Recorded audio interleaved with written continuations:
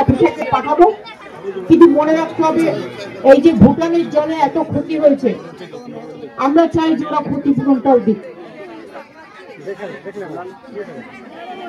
সবটাই তো আমাদের করতে হয়, ওয়েস্ট বেঙ্গল গভর্নমেন্টকে।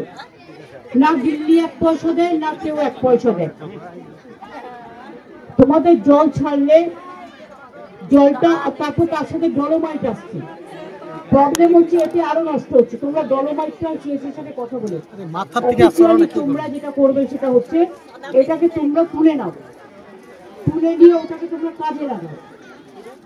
তুলতে শুরু করা অনেক পড়ে আছে, তাহলে তোমরা ওই টাকাটা যেটা পাবে সেটা দিয়ে তোমরা ডিজাস্টারে কাজে লাগাতে পারো। অনেক রাস্তাঘাট নষ্ট হয়েছে, বাড়ি নষ্ট হয়েছে, ডলোমাইটটা তোমরা তুলে নাও। পুকুরের জলটা বাড়িগুলো অনেক ভেঙে যাচ্ছে, ওর ধাক্কা ডলোমাইট অনেক আসছে, সেটা তোমরা দেখে নাও বিভিন্ন জায়গায়। আমি তো ওই দিকে দেখে এলাম, ব্রিজের কাছে পুরোটাই ভর্তি ডলোমাইটে।